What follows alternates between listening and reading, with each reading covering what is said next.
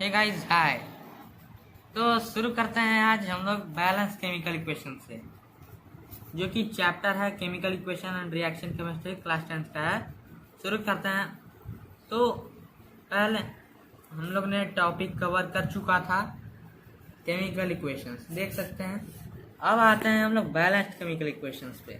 तो balanced chemical equation वो equation होता है जिसमें बैलेंसिंग किया जाता है, और इसलिए किया जाता है क्योंकि यहाँ पे सबसे मेन थिंग आता है, और वो है law of conservation of mass, that is studied in class 9। तो law of conservation of mass क्या कहता है?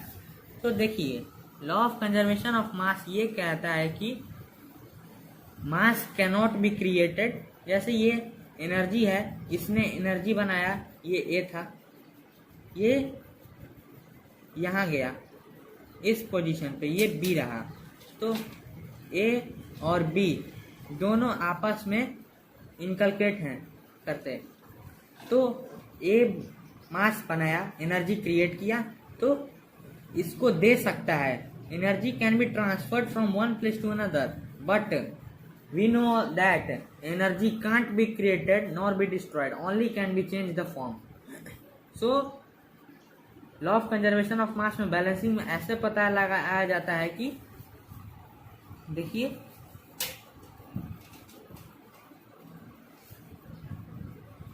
मास ऑफ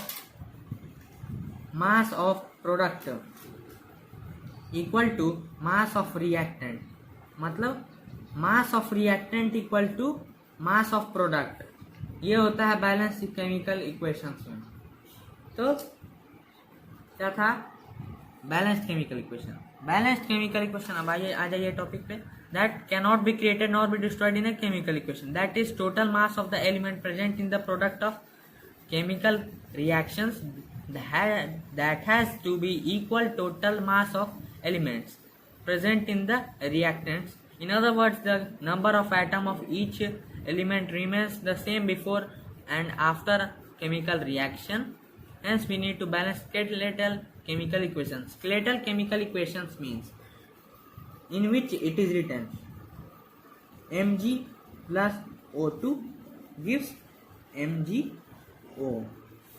तो हमें पता चला कि Mg प्लस O2 मिलकर बनाता है MgO, combining after combining the form MgO, और इसे ही स्केलेटल इक्वेशन कहते हैं। Skeletal equation, skeletal chemical equation,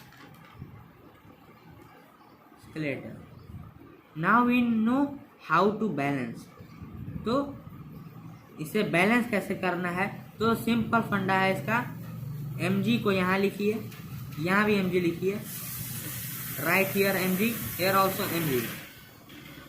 Mg यहाँ पर एक है, यहाँ पर भी एक है।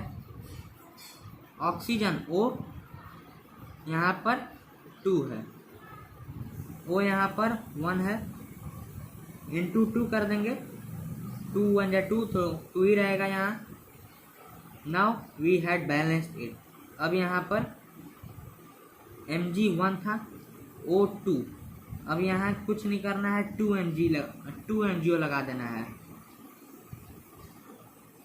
और अब ये बैलेंस हो गया। तो ये ऐसे बैलेंस हुआ कि ये रहा हम लोग का रिएक्टेंट और ये था हम लोग का प्रोडक्ट। तो ये था प्रोडक्ट और ये था रिएक्टेंट। तो हमें पता है कि मास ऑफ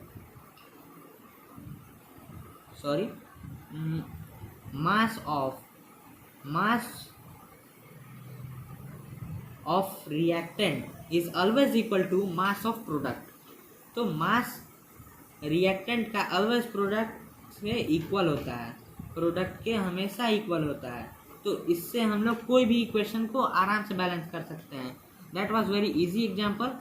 इसे हिट एंड ट्रायल मेथड कहा जाता है कि Mg को इधर लिखे, Mg को यहाँ लिखे, O को यहाँ लिखे, ऑक्सीजन और ऑक्सीजन को यहाँ लिखे, और लिखने के बाद 2 यहाँ पे था, 1 को 2 से मल्टीप्लाई कर दिए, अब यहाँ पे 2 कर दिए यहाँ पे।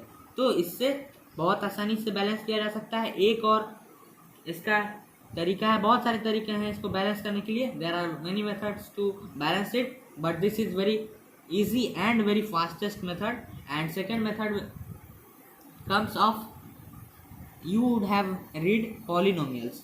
So in quadratic form you can also balance. So that will be in another video. Thank you so much for watching my video.